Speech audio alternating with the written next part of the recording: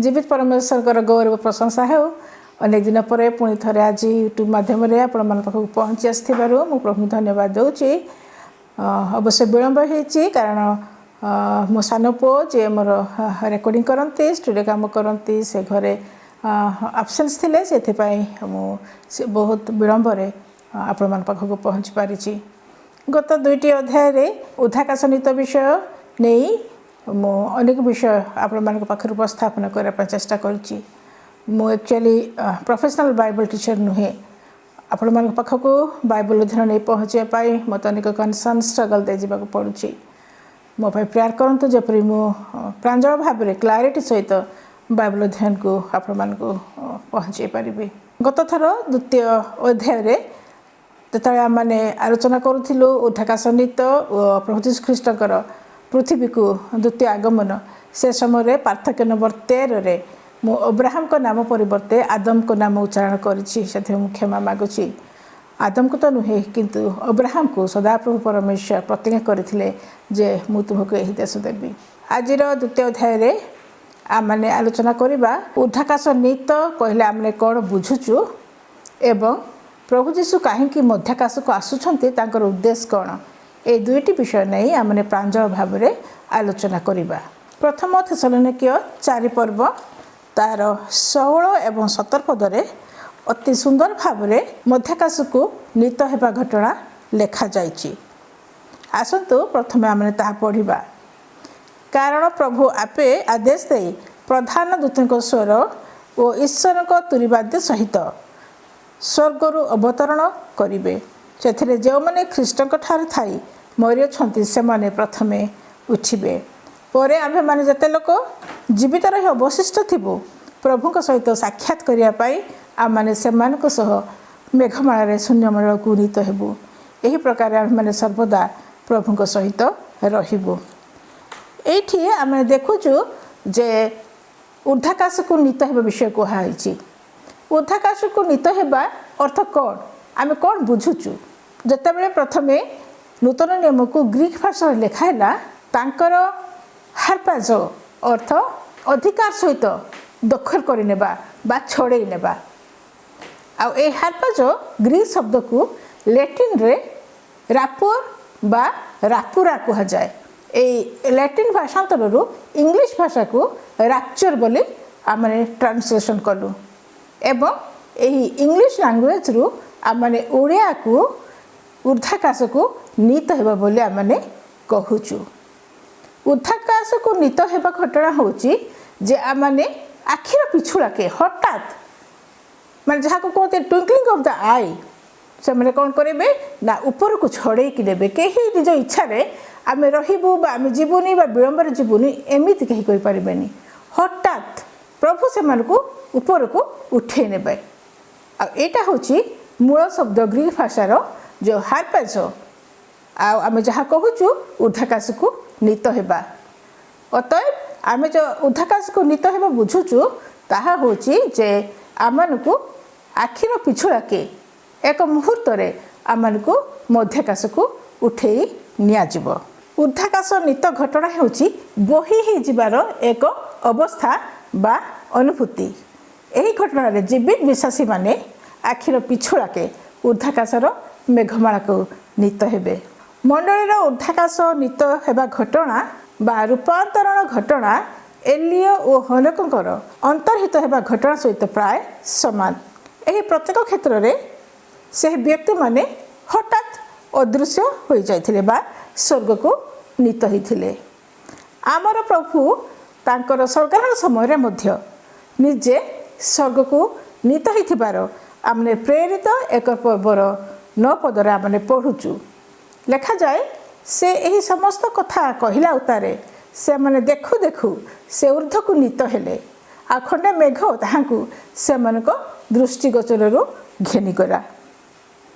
तेबे बाइबल रे वर्णित थिबा उर्ध्वाकाश को नीत हेबा घटना रे मुख्यतः दुईटी विषय जड़ित अछि। प्रथमे जो माने प्रभु ठार थाई मरिछंती से माने उठिबे। द्वितीय रे आमाने प्रभु ठारे विश्वास करते जो आम जीवित अच्छु आम समस्त आखिर पिछुड़ा के आम परिवर्तित हेबा एवं आकाश को बा ऊर्ध्व को आम नीत हेबा। प्रथम थेसलोनिकिय 4 पर्व तार 16-17 पद सुंदर भाव लेखा जाए। कारण प्रभु आपे आदेश दे प्रधान दूत माने एठा बुझुचु जे मिखाएल दूत जे कि इस्राएल मानकर विशेष रक्षाकारी दूत थिले एवं भविष्यत रे मध्य से इस्राएल को ध्वंस मुखर से रक्षा करिवे। आ ए मिखाएल कर स्वर एवं ईश्वर तुरी वाद्य सहित प्रभु स्वर्गरु अवतरण करिवे। सेथिरे जो माने ख्रीष्टन ठारे थाई मरिचंती से माने प्रथम रे उठिबे। आमे माने वर्तमान जानिलु मध्याकाश को आमे केमिति नीत हेबा। वर्तमान आमे देखिबा प्रभु जीशु काहेकि मध्याकाश को आगमन करिवे, तांकर उद्देश्य कौन। अनेक उद्देश्य रही किंतु आज केवल गोटे उद्देश्य आमे आलोचना करिबा। आ सही उद्देश्य है जे प्रभु निज रक्तरे कृत मंडली को ग्रहण करने पाई मध्याकाश को से आसुछंती। द्वितीय आम मान को से मध्याकाश को नेला परे स्वर्ग को नेबे। स्वर्ग रे से आम मानक पाई विचार रखिछंती। विचार सम्मुख रे आम मान को ठिया हेबाकु पड़िबो, विचार रो सम्मुखीन हेबाकु पड़िबो। आओ आमने से विचार रे आमे जेपरि कर्म करिचु से प्रकार आमने पुरस्कृत हेबा। तापरे तृतीय रे स्वर्ग रे पुरस्कार देला परे प्रभु जीशु निजर कन्या मंडल सहित विवाह करिवे, उत्सव पालन करिवे, एक बड़ भोजर से आयोजन करिवे। कि गौरवर विषय। तापरे आमने देखिबा जो व्यक्ति बाधा देउची पर आम डिस्कसन करबा किए से व्यक्ति ही थाई पारती तार मध्य तर्क रही। किंतु जो व्यक्ति बाधा देउची से व्यक्ति को हटेबे। जतेबेले प्रभु जीशु ख्रीष्ट आसीबे मध्याकाश को सेतेबेले से ए उद्देश्य मध्य सफल करिवे जे बाधा देउथिबा व्यक्ति को से हटेबे। आज अध्याय जेपरि मु कहिली आमे केवल गोटे विषय आलोचना करिबा, ताहा होची से निजर मंडली को निजे ग्रहण करने पाई से निजे स्वर्गरु ओल्हे मध्याकाश को आसुचंती। आगर आम चिंता करिचु प्रभुंकर मध्याकाश को आगमन समय रे से मंडली को ऊपर को उठेबे, ऊर्ध्वाकाश को उठेबे। आ पृथ्वी रे मंडली रहिबो नाही, मंडलीर अवसान हेबो मु आगरु कहिछि। तेबे एही परिप्रेक्षी रे मु अल्प विषय मु सूचेबा पई चाहे जे मंडलीर आरंभ समय रही, मंडलीर शेष समय रही। मंडली केबे आरंभ हैला हुए तो अनेक उत्तर रही, किंतु सठिक भाव में जदि आम आलोचना करिबा ताहेले जो दिन पेंटिकस्ट दिवस रे प्रभु पवित्र आत्मा को पृथ्वी को पठेले सही समय रे मंडलीर आरंभ हैला। कारण प्रभु कहिथिले जे मु जीवी आओ मु पवित्र आत्मा को पठेबी, से तुम मान सहित रहिबे। आओ जतेबेले शिष्य मैंने 120 जन से मैंने प्रार्थना करुथिले सही समय रे पवित्र आत्मा ओल्हे आसिले। आ समस्ते पवित्र आत्मा रे पूर्ण हेले। आओ से माने प्रभु को विश्वास कले, बाप्तिजित मध्य हेले। आ सही दिन 3000 लोक मंडल सहित संयुक्त हेले। सही दिन पृथ्वी रे दृश्य मंडली स्थापन हैला। आपन जदि केबे इच्छा करती मंडल विषय जानिया पाई तेबे जदि कमेंट सेक्शन रे जणैबे आमने मध्य आ गोटे अध्याय रे मंडल विषय आमने आलोचना करिबा। तेबे पेंटिकस्ट दिवस रे मंडली पृथ्वी रे आरंभ हैला एवं मंडलर समय सीमा केबे सरिबो ना जतेबेले प्रभु जीशु ख्रीष्ट निज रक्तरे कृत मंडली को मध्याकाश को से उठेई नेबे। तापरे मंडली आउ पृथ्वी रे रहिबो नाही। से समय मध्य पवित्र आत्मा निजर कार्य बंद करिवे। कारण मंडली नाही, मंडली पे पवित्र आत्मा आसीथिले, मंडली नाही आ सेथिपाई पवित्र आत्मा मध्य निजर कार्य बंद करिवे। देखंतु आमने आलोचना करूचु जतेबेले प्रभु जीशु मध्याकाश को आसीबे सेतेबेले मृत माने उठिबे आ जीवित विश्वासी माने मध्य समान सहित ऊर्ध्व को जिबे। तेबे ଆଜିର ଚିନ୍ତାରେ ଆମେ ମଧ୍ୟ ଆଲୋଚନା କରିବା ଉର୍ଦ୍ଧ୍ୱାକାଶ ନୀତ ଘଟଣାରେ କେତୋଟି ଷ୍ଟେପ୍ ବା ସୋପାନ ରହିଛି। କେଉଁ ଘଟଣା ପରେ କେଉଁ ଘଟଣା ଘଟିବ ସେ ବିଷୟରେ ବର୍ତ୍ତମାନ ଆମେ ଅଳ୍ପକେ ଆଲୋଚନା କରିବା। ପ୍ରଥମେ ପ୍ରଭୁ ସ୍ୱର୍ଗରୁ ଓହ୍ଲାଇ ଆସିବେ। ପ୍ରଧାନ ଦୂତଙ୍କ ସ୍ୱର ଏବଂ ଈଶ୍ୱରଙ୍କର ତୁରୀବାଦ୍ୟ ସହିତ ସେ ମେଘମାଳକୁ ଓହ୍ଲାଇ ଆସିବେ। ତେବେ କେଉଁମାନେ ଏହି ସ୍ୱର ଶୁଣିବେ? ଆମେ କ'ଣ ଭାବୁଛୁ? ପୃଥିବୀରେ ଯେତେ ଲୋକ ଅଛନ୍ତି ସମସ୍ତେ କ'ଣ ଶୁଣିବେ କି? ନା, କେବଳ ମଣ୍ଡଳୀ ଅର୍ଥାତ୍ ବିଶ୍ୱାସୀମାନେ ସେହି ସ୍ୱର ଶୁଣିବେ। ଆଉ ପ୍ରଭୁଙ୍କର ଆଗମନ ହଠାତ୍ ହେବ। ଜଗତର ଆଉ ଅନ୍ୟ କେହି ଜାଣିବେନି ଯେ ପ୍ରଭୁ ଯୀଶୁ ଖ୍ରୀଷ୍ଟ ଆସିଗଲେଣି। ଦ୍ୱିତୀୟ ଷ୍ଟେପ୍ ହେବ ମୃତମାନେ ପ୍ରଥମେ ଉତ୍ଥିତ ହେବେ। ମୃତମାନଙ୍କୁ ସମାଧି ଦିଆହେଇଛି। ଆମେ ଆଲୋଚନା କରିଛୁ ସେମାନଙ୍କ ଆତ୍ମା ପ୍ରଭୁଙ୍କ ନିକଟକୁ ଯାଇଛି। ଯେତେବେଳେ ପ୍ରଭୁ ଯୀଶୁ ମେଘମାଳାକୁ ଆସୁଛନ୍ତି ସେ ନିଜ ସାଙ୍ଗରେ ମୃତ ବ୍ୟକ୍ତିମାନଙ୍କର ଆତ୍ମା ନେଇ ସେ ଆସିବେ। ଆଉ ସେହି ଆତ୍ମା ନିଜ ନିଜ କବର ମଧ୍ୟକୁ ଯାଇ ନିଜର ଶରୀର ସହିତ ସଂଯୁକ୍ତ ହୋଇ ସେମାନେ ପରିବର୍ତ୍ତିତ ବା ରୂପାନ୍ତରିତ ଶରୀର ନେଇ ସେମାନେ ପୁନରୁତ୍ଥିତ ହେବେ। ସେମାନେ କ'ଣ ରକ୍ତ ମାଂସଧାରୀ ମନୁଷ୍ୟ ହେବେ କି? ନା, ପ୍ରଭୁ ଯେପରି ପୁନରୁତ୍ଥାନ ସମୟରେ ରୂପାନ୍ତରିତ ଶରୀର ନେଇ ଉତ୍ଥିତ ହୋଇଥିଲେ ସେହିପରି ଭାବରେ ମୃତ ବ୍ୟକ୍ତିମାନେ ମଧ୍ୟ ନିଜର ଆତ୍ମାଙ୍କ ସହିତ ଯୋଡ଼ି ହୋଇ ଅକ୍ଷୟ ଅମର ପରିବର୍ତ୍ତିତ ଆଉ ରୂପାନ୍ତରିତ ଶରୀର ନେଇ ସେମାନେ ଉତ୍ଥାପିତ ହେବେ। ତାପରେ ତୃତୀୟ ଷ୍ଟେପ୍ ହେଉଛି ଆମମାନେ ଯେତେଜଣ ଜୀବିତ ଅଛୁ ଆମମାନେ ସମସ୍ତେ ରୂପାନ୍ତରିତ ହେବା, ପରିବର୍ତ୍ତନ ହେବା। ଆମମାନେ ମଧ୍ୟ ଠିକ୍ ସେହିପରି ଭାବରେ ପରିବର୍ତ୍ତିତ ହେବା। ରକ୍ତ ମାଂସଧାରୀ ମନୁଷ୍ୟ କେବେ ମଧ୍ୟ ସ୍ୱର୍ଗକୁ ଯାଇପାରିବନି, କିନ୍ତୁ ପ୍ରଭୁଙ୍କର ଯେଉଁ ଶରୀର ରୂପାନ୍ତରିତ ଶରୀର, ଗୌରବମୟ ଶରୀର, ଟ୍ରାନ୍ସଫର୍ମ ବଡି, ସେ ଟ୍ରାନ୍ସଫର୍ମ ଆମେ ଯେମିତି ଆମେ ଚିନ୍ତା କଲୁ ଯେ ଏକ ମୁହୂର୍ତ୍ତରେ ଚକ୍ଷୁର ପଲକରେ ଟ୍ୱିଙ୍କଲିଂ ଅଫ୍ ଦ ଆଇ କାହାର ଅଜାଣତରେ ଆମେ ସାଙ୍ଗେ ସାଙ୍ଗେ ପରିବର୍ତ୍ତିତ ହେବା। ଆଉ ମିଶିକି ଉଭୟ ମିଶିକି ମୃତ ବ୍ୟକ୍ତିମାନେ ସେମାନେ ରୂପାନ୍ତରିତ ହୋଇଥିବେ, ଆମେ ମଧ୍ୟ ଚକ୍ଷୁର ପଲକରେ ରୂପାନ୍ତରିତ ହେବା। ଆଉ ଆମମାନେ ସମସ୍ତେ ମିଶି ମଧ୍ୟାକାଶକୁ ଆମମାନେ ଯିବା। ତାପରେ ମଧ୍ୟାକାଶରେ ଚତୁର୍ଥ ଷ୍ଟେପ୍ରେ ଆମମାନଙ୍କର ପ୍ରଭୁ ପ୍ରିୟ ପ୍ରଭୁଙ୍କ ସହିତ ଆମମାନଙ୍କର ମିଳନ ବା ସାକ୍ଷାତ ହେବ। ପ୍ରଥମ ଷ୍ଟେପ୍ ପ୍ରଭୁଙ୍କର ମେଘମାଳାକୁ ଆଗମନ। ଦ୍ୱିତୀୟ ଷ୍ଟେପ୍ ମୃତ ବ୍ୟକ୍ତିମାନେ ନିଜର ଆତ୍ମା ପାଇ ରୂପାନ୍ତରିତ ଶରୀର ନେଇ ସେମାନେ ଉଠୁଛନ୍ତି। ତୃତୀୟ ଷ୍ଟେପ୍ ଜୀବିତ ବିଶ୍ୱାସୀମାନେ ରୂପାନ୍ତରିତ ହେଉଛନ୍ତି। ଚତୁର୍ଥ ଉଭୟ ମିଶିକି ସେମାନେ ରୂପାନ୍ତରିତ ଶରୀର ନେଇ ମଧ୍ୟାକାଶକୁ ଯାଉଛନ୍ତି। ଆଉ ସେ ଚତୁର୍ଥ ଷ୍ଟେପ୍ରେ ସେମାନେ ତାଙ୍କର ପ୍ରଭୁଙ୍କୁ ତ୍ରାଣକର୍ତ୍ତାଙ୍କୁ ସେମାନେ ଭେଟୁଛନ୍ତି। ଆଉ ଶେଷ ପର୍ଯ୍ୟାୟରେ ସମସ୍ତେ ମିଶି ଅର୍ଥାତ୍ ପ୍ରଭୁ ଯୀଶୁ ଏବଂ ଆମେ ସମସ୍ତେ ତାଙ୍କ ସହିତ ଆମେ କେଉଁଠି ଯିବା? ନା ସ୍ୱର୍ଗକୁ ଯିବା। ଆଉ ଶେଷ ସୋପାନ ହେଉଛି ସର୍ବଦା ଆମେ ପ୍ରଭୁଙ୍କ ସହିତ ରହିବା। କି ଗୌରବମୟ ବିଷୟ!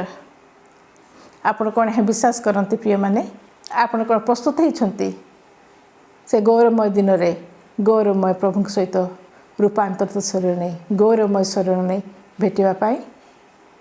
ନିଜ ନିଜକୁ ଆମମାନେ ପ୍ରଶ୍ନ ପଚାରୁ। ଆମମାନେ ଯେତେ ଲୋକ ଜୀବିତ ଅଛୁ ବିଶ୍ୱାସୀ ଭାବରେ ଆମମାନେ ଅନେକ ଦୁଃଖ ସମସ୍ୟା ରୋଗ ଅଭାବ ଦେଇ ଆମମାନେ ଗତି କରୁଛୁ। ଆଉ ଆବଶ୍ୟକ ଶାନ୍ତି ସାନ୍ତ୍ୱନା ସାହାଯ୍ୟ ପାଇଁ ବା ଆମମାନଙ୍କର ଶରୀର ମୁକ୍ତି ପାଇଁ ଆମମାନେ ଅପେକ୍ଷା କରୁ କରୁ ଆମମାନେ କାନ୍ଦୁଛୁ, ଆର୍ତ୍ତନାଦ କରୁଛୁ ଆଉ ଭାବୁଛୁ କେବେ ଆମମାନେ ନୂତନ ସୃଷ୍ଟି ହେବୁ। ରୋମୀ 8 ପର୍ବର 22 ଓ 23 ପଦରେ ସୁନ୍ଦର ଭାବରେ ଲେଖାଯାଏ। ଆସନ୍ତୁ ଆମେ ରୋମୀ 8ର 22 ପଦ ଏବଂ 23 ପଦ ପଢ଼ିବା। କେତେ ସୁନ୍ଦର ଭାବରେ ବର୍ଣ୍ଣନା କରାଯାଇଛି। କାରଣ ସମସ୍ତ ସୃଷ୍ଟି ଯେ ଆଜି ପର୍ଯ୍ୟନ୍ତ ଏକ ସାଙ୍ଗରେ ଆର୍ତ୍ତନାଦ କରୁଅଛି ଓ ପ୍ରସବ ବେଦନାରେ ବ୍ୟଥିତ ହେଉଛି ଆମ୍ଭେମାନେ ଜାଣୁ। ଆଉ କେବଳ ତାହା ନୁହେଁ, କିନ୍ତୁ ପ୍ରଥମ ଫଳ ସ୍ୱରୂପେ आत्मा को पाइछु जे आम्भेमाने निजे निजे मध्य पुत्रत अर्थात आपण आपण शरीर मुक्ति निमंते अपेक्षा करू करू आपण आपण अंतर रे आर्तनाद करूछु। प्रिय माने ख्रीष्ट जतेबेले आसीबे सेतेबेले आमर से एही नगण्य शरीर को गौरवमय शरीर रे परिवर्तन करिवे। फिलिपी 3 पर्वर 20 एवं 21 पद रे लिखा जाए, आम्भेमाने तो स्वर्गर प्रजा से स्थान मध्य आम्भेमाने त्राणकर्ता प्रभु जीशु ख्रीष्टଙ୍କ आगमनर अपेक्षा अच्छु। से आपणार जो कार्य साधक शक्ति द्वारा समस्त विषय को निजर बसीभूत करिपारନ୍ତି तो द्वारा आमनकर एही छार शरीर को मध्य से आपणार गौरवमय शरीर परि रूपांतरित करी आमनकु से ग्रहण करिवे। एपरिकी वर्तमान मध्य विश्वासीर शरीर हेउची पवित्र आत्मा को मंदिर। जो माने ख्रीष्टଙ୍କ ठारे विश्वास करती केवल से सेमानकु ही मृत्यु उठेबे।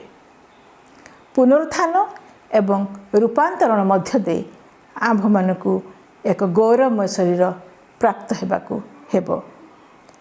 जदि आमने पढ़िबा प्रथम करंतिय 15 पर्वर 42 पदरु 47 पद सेठार मध्य वाक्य एते सुंदर भावरे आमनकु कथा कुहे। आसंतु आमने पढ़िबा। मृत मानकर पुनरुत्थान मध्य सही प्रकार क्षय बुणा जाए, अक्षय हे उत्थित हुए, अनादर बुणा जाए, गौरवान्वित हो उत्थित हुए, दुर्बलतार बुणा जाए, सबल हो उत्थित हुए, अनादर बुणा जाए, गौरवान्वित हो उत्थित हुए, दुर्बलतार बुणा जाए, सबल हो उत्थित हुए।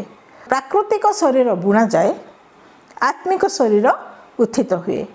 जदि प्राकृतिक शरीर अच्छी तेबे आत्मिक शरीर मध्य अच्छी।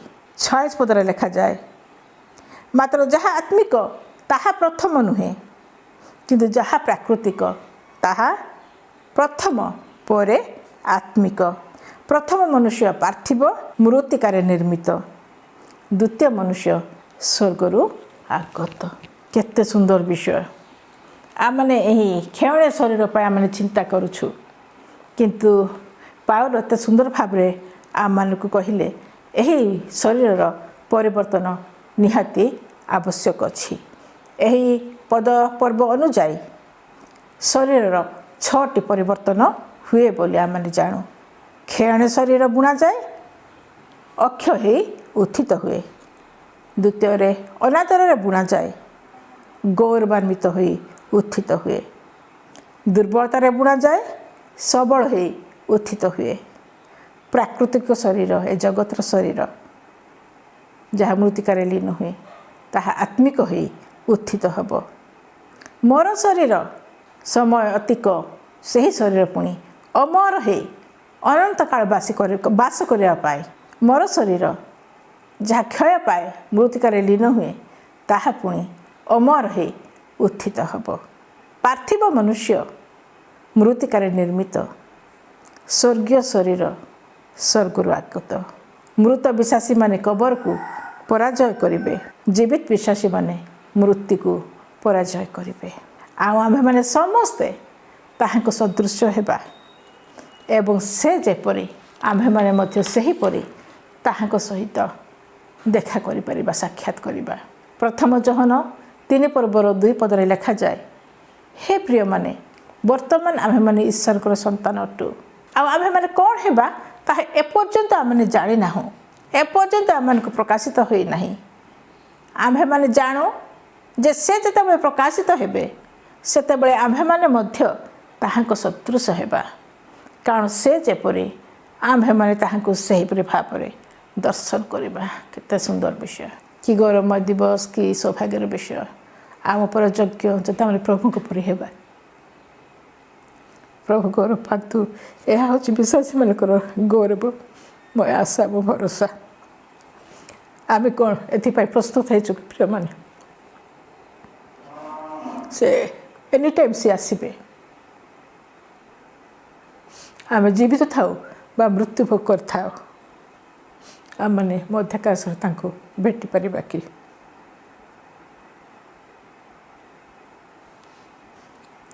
ଯୀଶୁଙ୍କର ମେଘମାଳକୁ ଆଗମନ ସମୟରେ ଭୟଙ୍କର ଭୟଙ୍କର ଘଟଣା ଘଟିବ। ସେତେବେଳେ ଖ୍ରୀଷ୍ଟିଆନ ମାନେ ଆଉ ପୃଥିବୀରେ ନଥିବେ। ଜଗତର ଅଜାଣତରେ ଚକ୍ଷୁର ପଲକରେ ଉର୍ଦ୍ଧ୍ୱକୁ ନୀତ ହୋଇଥିବେ। ସେମାନଙ୍କର ଗୃହ ଖୋଲା ଥିବ, କୋଟି କୋଟି ସମ୍ପତ୍ତି ବିପର୍ଯ୍ୟସ୍ତ ଅବସ୍ଥାରେ ଥିବ, ଗାଡ଼ି ଘୋଡ଼ା ଯାନବାହନ ସବୁ ଥିବ। କି ପ୍ରକାର ଭୟଙ୍କର ସମୟ। ଅସଂଖ୍ୟ ଅସଂଖ୍ୟ ଗାଡ଼ି ଯାନବାହନ ଆକ୍ସିଡେଣ୍ଟ ହେବ, ଅସଂଖ୍ୟ ଅସଂଖ୍ୟ ବିମାନ ଆକାଶରୁ ଖସି ପଡ଼ିବ। ଆଉ କାରଣ କିନ୍ତୁ ନିରୁଦ୍ଦିଷ୍ଟ ଥିବ। ହଠାତ୍ ସମସ୍ତ ଆଞ୍ଚଳିକ TV, OTV, ETV, NTTV, BBC, world is everywhere flash ହେବ, ବ୍ରେକିଂ ନ୍ୟୁଜ୍ ଆସିବ। ସାରା ଜଗତର ଖ୍ରୀଷ୍ଟିଆନ ମାନେ ହଠାତ୍ କେଉଁଆଡ଼େ ଉଦ୍ଭାନ ହୋଇଛନ୍ତି, ଅନ୍ତର୍ଦ୍ଧାନ ହୋଇଛନ୍ତି। କୌଣସି ଖୋଜ ଖବର ନାହିଁ। ସମସ୍ତଙ୍କର ଗୃହ ଉନ୍ମୁକ୍ତ, କୋଟି କୋଟି ସମ୍ପତ୍ତି ବିପର୍ଯ୍ୟସ୍ତ, ଅସଂଖ୍ୟ ଯାନବାହନ ଚାଳକଙ୍କ ବିନା ବିପଦଗ୍ରସ୍ତ, ଆକ୍ସିଡେଣ୍ଟ ହେଇଛି। ଅଗଣିତ ଜନିତା ମୃତ୍ୟୁ ମୁଖରେ, ଅସଂଖ୍ୟ ବିମାନ ଉର୍ଦ୍ଧ୍ୱରୁ ଖସି ଆସିଛି। କାରଣ ନିରୁଦ୍ଦିଷ୍ଟ। ଖ୍ରୀଷ୍ଟିଆନ କବର ସବୁ ଉନ୍ମୁକ୍ତ। ନେକ୍ସଟ ନ୍ୟୁଜ୍, ବ୍ରେକିଂ ନ୍ୟୁଜ୍ ଆସିବ। ଏକମାତ୍ର କାରଣ ମିଳୁଛି ସେମାନଙ୍କର ବିଶ୍ୱାସ ଅନୁଯାୟୀ ଏକ ମୁହୂର୍ତ୍ତରେ, ଚକ୍ଷୁର ପଲକରେ, ଶେଷ ତୁତୁରୀ ଧ୍ୱନିରେ ମୃତ ବିଶ୍ୱାସୀଙ୍କର ପୁନରୁତ୍ଥାନ ସହ ସାରା ପୃଥିବୀର ଖ୍ରୀଷ୍ଟିଆନ ମାନେ ଉର୍ଦ୍ଧ୍ୱାକାଶକୁ ସେମାନଙ୍କ ପ୍ରଭୁଙ୍କ ସହିତ ନୀତ ହୋଇଛନ୍ତି। ବିଶ୍ଳେଷଣରୁ ଜଣାପଡ଼ୁଛି ଜଗତ ପ୍ରତି ମହାବିପଦ ଘଟିବ। ମହାକ୍ଲେଶର ସମୟ ମଧ୍ୟକୁ ପୃଥିବୀ ଗତି କରୁଛି। ଏହି ମହାକ୍ଲେଶର ଭୟଙ୍କରତା ଅକଳନୀୟ, ଅଦ୍ଭୁତପୂର୍ଣ୍ଣ। ଏହି ସମୟରେ ଆପଣ ଆପଣାକୁ ଲୁଚାଇବାର ସମୟ। ପ୍ରିୟମାନେ, ଯେବେ ଆପଣ ସେଦିନ ପୃଥିବୀରେ ରହିଯିବେ, ଆପଣ ଜାଣନ୍ତି rapture is not a long process. Instant rapture ଘଟିଯିବ। ହଠାତ୍ ଉର୍ଦ୍ଧ୍ୱାକାଶକୁ ନୀତ ଘଟଣା ଘଟିଯିବ। ପ୍ରଭୁ ଯୀଶୁ ଖ୍ରୀଷ୍ଟ ସ୍ୱୟଂ ମେଘମାଳାରେ ଆମମାନଙ୍କୁ ଗ୍ରହଣ କରିବା ପାଇଁ ଆସୁଛନ୍ତି। ହାର୍ପାଜ ଘଟିଯିବ। ଶୂନ୍ୟମଣ୍ଡଳରେ ଆମ ସମସ୍ତଙ୍କର ତାହାଙ୍କ ସହିତ ସାକ୍ଷାତ ହେବ। ପୁଣି ସ୍ୱର୍ଗରେ ଆମର ପ୍ରିୟଜନମାନଙ୍କ ସହିତ ଆମମାନଙ୍କର ସାକ୍ଷାତ ହେବ। ମୁଁ ମୋର ପ୍ରିୟ ବାପା ମାଆମାନଙ୍କୁ ଦେଖିବି, ମୋର ଗ୍ରାଣ୍ଡ ପ୍ୟାରେଣ୍ଟସ୍ମାନଙ୍କୁ ଦେଖିବି, ମୋର ଭାଇମାନଙ୍କୁ ଦେଖିବି। କେତେ ଆନନ୍ଦର ବିଷୟ। ଆମେ ଏହି ସୁସମାଚାରକୁ ନେଇ ଅନ୍ୟ ସ୍ଥାନକୁ ଯାଉ, ଅନ୍ୟମାନଙ୍କ ନିକଟରେ ଏହି ସୁସମ୍ବାଦ ପହଞ୍ଚୁ। ସମୟ ଥାଉ ଥାଉ ଆମେ ନିଜେ ବିଶ୍ୱାସ କରୁ, ତାହାଙ୍କୁ ଗ୍ରହଣ କରୁ, ପାପ ସ୍ୱୀକାର ପୂର୍ବକ ତାହାଙ୍କ ନିକଟକୁ ଯାଉ ଓ ପରିତ୍ରାଣକର୍ତ୍ତା ରୂପେ ଗ୍ରହଣ କରୁ। ଆମେ ଯେତେ ଜଣ ତାହାଙ୍କଠାରେ ବିଶ୍ୱାସ କରିଛୁ, ଆମମାନଙ୍କ ନିମନ୍ତେ ସେ ମହା ଆଶୀର୍ବାଦ ରଖିଛନ୍ତି। ସେଥିପାଇଁ ଆନନ୍ଦରେ, ଖୁସିରେ, ଶାନ୍ତିରେ, ଆନନ୍ଦରେ ସେହି ଦିନର ଅପେକ୍ଷାରେ ରହୁ। ମୁଁ ନିଜେ ନିଜ ପାଇଁ ଦାୟୀ। ମୁଁ ମୋର ପୁଅ ପାଇଁ, ମୋ ସ୍ୱାମୀ ପାଇଁ, କାହା ପାଇଁ ଦାୟୀ ନୁହେଁ। ସମସ୍ତେ ନିଜ ନିଜର ହିସାବ ପ୍ରଭୁଙ୍କୁ ଦେବେ। କିନ୍ତୁ ଆମେ ଯେତେ ଜଣ ଆମେ ପ୍ରଭୁଙ୍କୁ ବିଶ୍ୱାସ କରିଛୁ, ଆମମାନେ ହେଉଛୁ ଏ ଜଗତରେ ଆମ୍ବାସଡ଼ର ଫର୍ ଖ୍ରାଇଷ୍ଟ, ପ୍ରଭୁ ଯୀଶୁଙ୍କର ରାଜଦୂତ। ଆମମାନଙ୍କୁ ଏହି ସମ୍ବାଦ ପୃଥିବୀର କୋଣାଏ କୋଣକୁ ପହଞ୍ଚାଇବାକୁ ପଡ଼ିବ। ଆପଣ କ'ଣ କରୁଛନ୍ତି ତାହା ଆପଣ ନିଜେ ଜାଣନ୍ତି। ଆସନ୍ତୁ ଆମେ ପ୍ରଭୁଙ୍କ ନିମନ୍ତେ ବଞ୍ଚିବା। ପୁଣି ଏ ଶୁଭ ସମାଚାରକୁ ପ୍ରତ୍ୟେକଙ୍କ ନିକଟରେ ପହଞ୍ଚିବା। ମଧ୍ୟ ଆମମାନେ ଯେତେ ଜଣ ପ୍ରଭୁଙ୍କୁ ଏପର୍ଯ୍ୟନ୍ତ ଗ୍ରହଣ କରିନୁ, ସେଇ ହାର୍ପାଜ ଘଟିବା ପର୍ଯ୍ୟନ୍ତ ଆମମାନେ ଅପେକ୍ଷା କରିବାନି, ଯେପରି ଆମେ ପୃଥିବୀରେ ରହିଯିବା ଆଉ ମହାକ୍ଲେଶ ମଧ୍ୟକୁ ପଶିଯିବା। ପ୍ରିୟମାନେ, ଯଦି ଆପଣ ଭାବୁଛନ୍ତି ଏପର୍ଯ୍ୟନ୍ତ ନିଜର ପାପ ସ୍ୱୀକାର କରିନାହାନ୍ତି, ପ୍ରଭୁଙ୍କୁ ନିଜର ବ୍ୟକ୍ତିଗତ ତ୍ରାଣକର୍ତ୍ତା ରୂପେ ଗ୍ରହଣ କରିନାହାନ୍ତି, ଯଦି ଆପଣ ଦୁଃଖ, ହତାଶ, ନିରାଶରେ ଗତି କରୁଛନ୍ତି, ଯଦି କୌଣସି ଆଶ୍ରୟ ଆପଣ ଖୋଜୁଛନ୍ତି, ତେବେ ଏହି ପ୍ରଭୁ ଯୀଶୁଙ୍କ ନିକଟକୁ ଆସନ୍ତୁ, ଯିଏ ଆପଣଙ୍କୁ ପ୍ରେମ କରି ଆପଣଙ୍କର ପ୍ରତିବଦଳ ହେଇ ଆପଣଙ୍କର ପାପ ନିମନ୍ତେ କ୍ରୁଶରେ ନିଜର ପ୍ରାଣ ଦେଲେ, ନିଜର ଜୀବନ ଦେଲେ, ନିଜର ରକ୍ତ ବଳି ଦେଲେ। ତାହାଙ୍କ ପ୍ରାୟଶ୍ଚିତ କାର୍ଯ୍ୟରେ ଯଦି ଆପଣ ବିଶ୍ୱାସ କରିବେ, ତାଙ୍କୁ ନିଜର ପ୍ରଭୁ ରାଜା ରୂପେ ସ୍ୱୀକାର କରିବେ, ତେବେ ସେ ଆପଣଙ୍କ ଜୀବନକୁ ଆସିବେ ଆପଣଙ୍କ ଦୁଃଖର ସମସ୍ତ ପରିସ୍ଥିତିକୁ ସେ ବଦଳେଇ ଦେବେ। ଆପଣ ଯେତେ ବଡ଼ ଭୁଲ କରିଥାନ୍ତୁ ଜୟ ଆସେ ନାହିଁ, କାରଣ ପ୍ରଭୁଙ୍କର ସେ ପବିତ୍ର ରକ୍ତ ଆପଣଙ୍କର ସମସ୍ତ ପାପକୁ କ୍ଷମା କରିବା ପାଇଁ, ପବିତ୍ର କରି ଗ୍ରହଣ କରିବା ପାଇଁ ଯଥେଷ୍ଟ ହେବ। ଏ ସମୟରେ ଯଦି ଆପଣ ଚାହାନ୍ତି ପ୍ରଭୁ ଯୀଶୁ ଖ୍ରୀଷ୍ଟଙ୍କ ନିକଟରେ ନିଜର ଜୀବନକୁ ସମର୍ପଣ କରିବା ପାଇଁ, ତେବେ ଆସନ୍ତୁ ମୋ ସହିତ ଏ ପ୍ରାର୍ଥନା କରନ୍ତୁ। ପ୍ରିୟ ପ୍ରଭୁ ଯୀଶୁ, ମୁଁ ତୁମକୁ ଧନ୍ୟବାଦ ଦେଉଛି, କାରଣ ତୁମେ ହେଉଛ ସତ୍ୟ ଜୀବିତ ପରମେଶ୍ୱର। ତୁମେ ପବିତ୍ର ପରମେଶ୍ୱର। ମୋର ପାପ ନିମନ୍ତେ ମୋର ପ୍ରତିବଦଳ ହେଇ ତୁମେ କ୍ରୁଶରେ ନିଜର ଜୀବନକୁ ଉତ୍ସର୍ଗ କଲ। ତୁମର ପବିତ୍ର ରକ୍ତ ମୋହର ସମସ୍ତ ପାପ କ୍ଷମା କରିବା ନିମନ୍ତେ ଯଥେଷ୍ଟ। ପ୍ରଭୁ, ମୁଁ ଆଶାହୀନ ଅବସ୍ଥାରେ ଅଛି। ମୁଁ ସମସ୍ୟା ମଧ୍ୟ ଦେଇ ଗତି କରୁଛି। ଜୀବନରେ ଦୁଃଖ ଅଶାନ୍ତିରେ ରହିଛି। ମୁଁ ସାହାରା ଚାହେଁ ପ୍ରଭୁ, ତୁମେ ହିଁ ମୋର ସାହାରା ହୁଅ। ମୋର ସମସ୍ତ ପାପ ଅପରାଧ ମୁଁ ସ୍ୱୀକାର କରୁଅଛି। ତୁମର ରକ୍ତ ଦ୍ୱାରା ପ୍ରଭୁ ମୋର ସମସ୍ତ ପାପ ତୁମେ କ୍ଷମା କର। ତୁମେ ମୋ ହୃଦୟକୁ ଆସ, ମୋ ଜୀବନ ମଧ୍ୟକୁ ଆସ।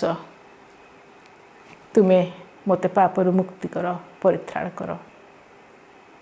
ପ୍ରିୟ ପ୍ରଭୁ, ମୁଁ ଯେପରି ତୁମର ପିଲା ହେବି, ତୁମଠାରେ ନିର୍ଭର ରଖି ତୁମରି ଇଚ୍ଛାରେ ମୁଁ ଜୀବନ କାଟିପାରିବି, ଏହି ଅନୁଗ୍ରହ ତୁମେ ପ୍ରଦାନ କର। ପ୍ରିୟ ପ୍ରଭୁ, ମୋର ପ୍ରାର୍ଥନା ଶୁଣିଲ, ମୋ ଜୀବନକୁ ଆସିଲ, ମୋର ପ୍ରଭୁ ହେଲ, ମୋର ପରିତ୍ରାଣକର୍ତ୍ତା ହେଲ। ଧନ୍ୟବାଦ ଦେଉଛି ପ୍ରଭୁ। ଶେଷ ଦିନରେ ତୁମର ସହିତ ମିଳିତ ହେବା ପାଇଁ ତୁମେ ମୋତେ ଅନୁଗ୍ରହ କର। ଧନ୍ୟବାଦ ଦେଇ ଏ ପ୍ରାର୍ଥନା କରୁଅଛି ଯୀଶୁଙ୍କ ନାମରେ, ଆମେନ୍।